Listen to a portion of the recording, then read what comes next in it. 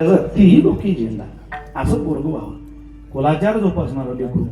उद्योजक या शब्दाला साजेस जीव नाही अशीच माणसं उद्योजक होऊ शकतात.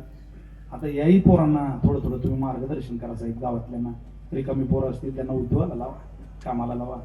अरे पोटाने विका, आपण उद्योग करा, व्यवसाय करा, व्यापार करा.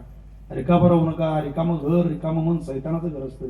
रोज काहीतरी कष्टानं जीवन जगलं पाहिजे. संध्याकाळी झोपताना आपल्या खिशात रोज पैसे आले पाहिजे.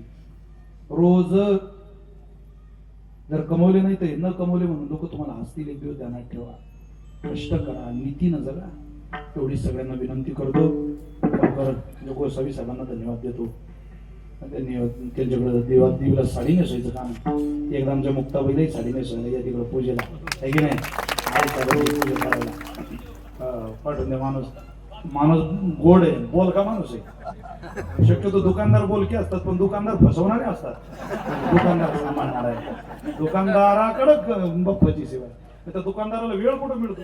2 रुपयाच्या पिढ्या म्हटलं तरी बिना आंघोळीचा दुकानदार दुकानाचा ओळखच ते जीवन आहे. देवीची रोज पूजा आहे.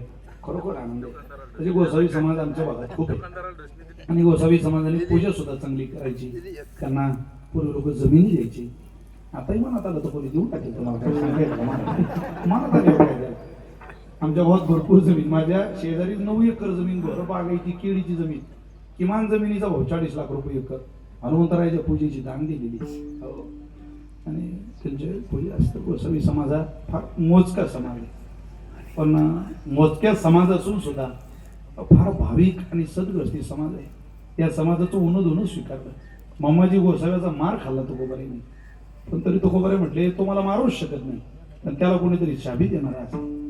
त्यांच्यात मला मारावं ही त्यांची इच्छा आहे. अशा समाजातून ते खरोखर इथं सेवेला आहेत. त्यांनाही धन्यवाद देतो. बोतराजींना पुन्हा एकदा धन्यवाद देतो. आपण मुक्ताबाईला या. तुम्ही शक्तीचे उपासक आहे ना, आम्ही शक्तीच्या जागेवर राहतो. मुक्ताबाईकडे या, परिवाराला घेऊन या. येणाऱ्या काळात देशाच्या पंतप्रधानांच्या हस्ते सोन्याचा कळस मुक्ताबाईच्या मंदिराला विराजमान होणार आहे. आपण त्या सोहळ्याला सगळे या. आणि एक जागतिक आंतरराष्ट्रीय दर्जाचा सोहळा श्री क्षेत्र मुक्ताईनगरला होणार आहे. त्या सोहळ्याच्या आपण सादर निमंत्रित आहात. गोड गायनाचार्य, माझे सगळे बांधव, वादक, सगळी महाराज मंडळी, गुरुकुलातील विद्यार्थी यांना धन्यवाद देतो. तर आवाज माझा 2 दिवस झाले बसलेला आहे. ही शब्द जर आपल्याला अडचण आली असेल समजायला तर आपली क्षमा मागतो आणि सेवेला विराम देतो. मुक्ताबाई.